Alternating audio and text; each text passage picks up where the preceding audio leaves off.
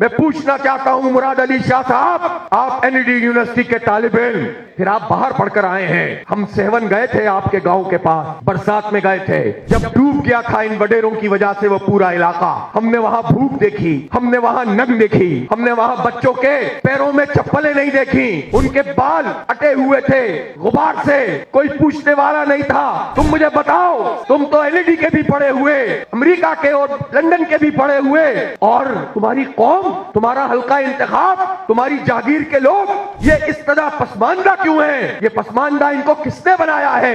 एक मुराद अली शाह अलामत है इसलिए कि चीफ मिनिस्टर है। ये वडेरा शाही निजाम है, ये जागीरदारी निजाम है, इसमें इंसानों की कोई हैसियत नहीं होती। छोटा सा वडेरा जिसकी वेल्थ भी ज्यादा नहीं होती, वो छोटे से गांव में नाउजुबिल्ला खुदा की हैसियत रखता है। वो किसी की मर्जी नहीं होती कि उसकी मर्जी के खिलाफ कोई बात कर सके। साल साल भर जमीनों में काम करने वाला हारी आखिर में वडेरे का मकरूज ही निकलता है। यही जनूबी पंजाब का वडेरा और जागीरदार है, यही पंजाब है, यही सरहद के खान भी यही काम करते हैं।